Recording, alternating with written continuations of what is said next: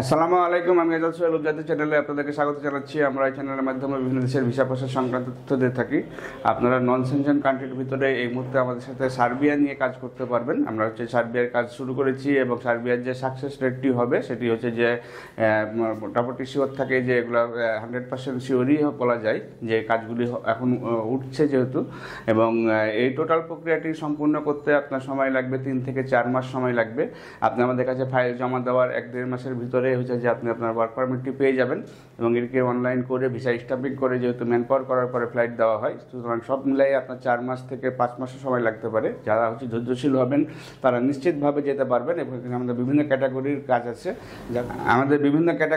আছে, যার যার যোগ্যতা অনুযায়ী কাজ করতে পারবেন এবং যে ভালো বেতন পাবেন ইনশাআল্লাহ।